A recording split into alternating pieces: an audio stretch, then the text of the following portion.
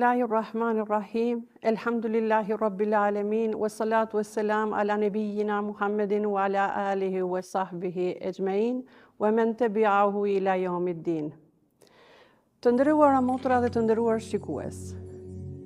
Ju përshëndes me përshëndetjen e banorëve të xhenetit. Esselamu aleikum wa rahmetullahi wa barakatuhu.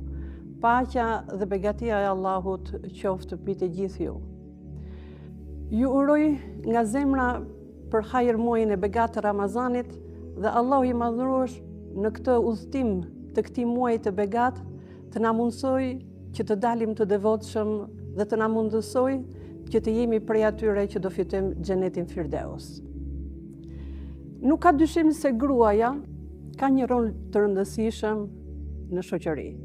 Ajo është thesari i çmuar dhe ajo është themeli i shoqërisë.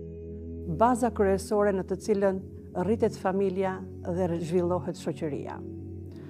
Allahu i madhëruar për rolin e saj na ka treguar në Kur'anin Kerim një ajet fisnik duke na thënë: El mu'minune wal mu'minat ba'duhum awliya'u ba'd ya'muruna bil ma'ruf wa yanhauna 'anil munkar. Në të vërtetë besimtarët dhe besimtaret janë miq të njëri tjetrit.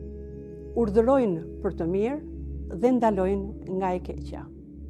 Në këtë ajet fisnik, Allahu i madhëruar e vendos pozicionin dhe rolin e gruas në krah të burrit, në ndërtimin e një shoqërie me baza të shëndosha, ku të dy janë pjesëtar për të cilët për të urdhëruar drejt së mirës dhe për të urdhëruar drejt ndalimit nga gjërat e ndaluara.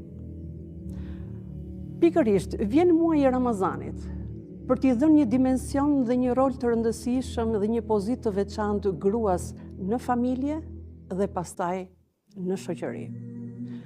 Allahu i madhëruar e ka bërë gruan që të jetë një prej organizatoreve kryesore në familje. Pikërisht, në muajin e Ramazanit, është ajo e para e cila organizon sofrën e iftarit, organizon familjen për kujdeset për ta. Dhe pikërisht është gruaja ajo e cila e ka peshën më kryesore në familje, e sidomos në muajin e Ramazanit. Allahu i madhëruar e ka bërë që gruaja të jetë prej atyre personave të rëndësishëm në familje, në mënyrë që përkujdesi i saj të reflektojë tek fëmijët, qetësia e saj të reflektojë tek fëmijët, urtësia e saj të reflektojë tek fëmijët dhe tek familja. Shpesh herë, në ajetet e shumta të Kuranit, neve gjejmë atë qetësinë shpirtërore kur i lexojmë ato. Pikërisht, Allahu i madhëruar ka treguar duke na thënë në një ajet Kurani: "Waj'alu buyutakum qible", dhe bëjeni shtëpiat e juaja vend adhurimi. E kush më mirë se sa gruaja mund ta zbatojë këtë ajet Kuranit? Është ajo e cila me qetësinë, me dashurinë e saj, e bën që familja e saj të përjetojë këto vlera të edukimit shpirtëror, këto vlera të moralit, të cila janë pikërisht vlerat të cilat feja islame e ka ngritur gruan dhe në bazë të saj e ngren dhe familjen dhe ngren edhe me bazat të saj ngren dhe shoqërinë.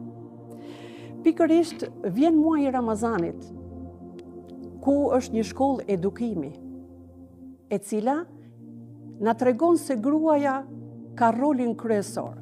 Ajo është ajo e cila edukon mendjen e fëmijëve me ushqimin e dijes. Pikërisht është nëna ajo e cila i jep dashurinë e zemrës, të pakufizuar për fëmijën e saj. Është pikërisht nëna e cila përkujdesër për trupin, për t'i ushqyer dhe për t'i dhënë për të pirë fëmijëve familjes së saj. Të tre këto komponent, në muajin e Ramazanit, gruaja i vendos në pikat kryesore të programit të saj. Pra në muajin e Ramazanit, gruaja duhet vendosi një program ditor se si do ta mbushi ditën e saj me mirësi për të fituar shpërblim tek vetja e saj, tek Allahu i madhruar, dhe njëkohësisht për ta mbushur ditën e Ramazanit me plot sevape edhe për familjen e saj. Gjëja kryesore me të cilën i këshilloj motrat është pikërisht niyeti. Çdo nën lodhet në familjen e saj duke u përkujdesur për bashkëshortin, duke u përkujdesur për fëmijët e saj. Prandaj, kryesorja është njeti. Çdo kush nga neve le ta bëjë njetin që çdo gjë, çdo vepër që do ta punoj në shtëpinë e saj, apo çdo vepër të mirë që do ta bëj jashtë shtëpisë së saj, ta bëj për hatër të Zotit të Madhëruar. Pasi me të vërtet, çdo njet që bëhet për hatër të Zotit të Madhëruar, mbjell në zemrën e çdo njerit një paqe shpirtërore, e cila përcillet edhe në familje. Pejgamberi Muhammed alayhi salatu vesselam e ka vlerësuar rolin e saj duke na treguar. Nëse gruaja i fal 5 vaktet e namazit, nëse gruaja e agjeron muajin e Ramazanit, nëse gruaja e ruan nderin e saj, nëse gruaja i bindet bashkëshortit të saj, në të vërtet të gjitha dyert e xhenetit hapen për të. Subhanallah, çfarë premtimi i bukur. Pejgamberi Muhammed alayhi salatu vesselam e ka vlerësuar në këtë lloj grade shërbimin e gruas në familje me bashkëshortin e saj. Shqetësimi për bindje në këtë hadith nuk është bindja e verbale ndaj bashkëshortit, jo, përkundrazi, është respekti, dashuria dhe harmonia dhe bashkëpunimi familjar midis çiftit, e cila reflekton edhe pasaj tek fëmijët e tyre. Bashkëshortja në familje mund të organizoj shumë bukur kohën e saj me fëmijët e saj, se si mundet t'i mësoj një hadith prej haditheve të pejgamberit, se si mundet të mësoj një dua prej duave të Kuranit apo të haditheve të pejgamberit fëmijëve të saj.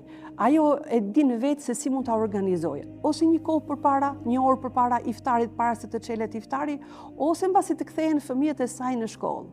S'ka shembull më të bukur kur fëmia e shikon në nënën e saj duke u falur dhe vepron edhe ai këtë gjë. Pra shembulli praktik është bindja më e madhe, formimi i karakterit më të madh tek fëmia dhe në familje.